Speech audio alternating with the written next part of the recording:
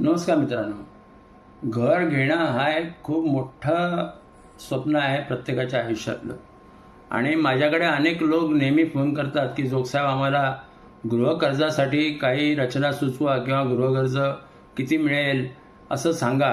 तेव्हा मी नेहमी त्यांना म्हणतो की तुमच्या पगारामधली तुम्ही ज्यावेळेस तुमच्याकडे कुठलं इन्कम येतं, पगार येतो किंवा बिझनेसमधलं इन्कम येतं, तेव्हा इन्कममधून पहिल्यांदा तुम्ही एक ठराविक रक्कम आधी मायनस करा आणि जे उरलेले पैसे आहेत त्याच्यामधनं तुम्ही तुमचा खर्च भागवा.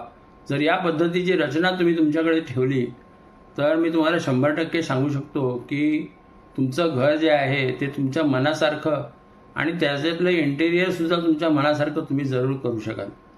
तर मित्रांनो, शिस्तबद्ध पद्धतीने बचत करून घर घ्या.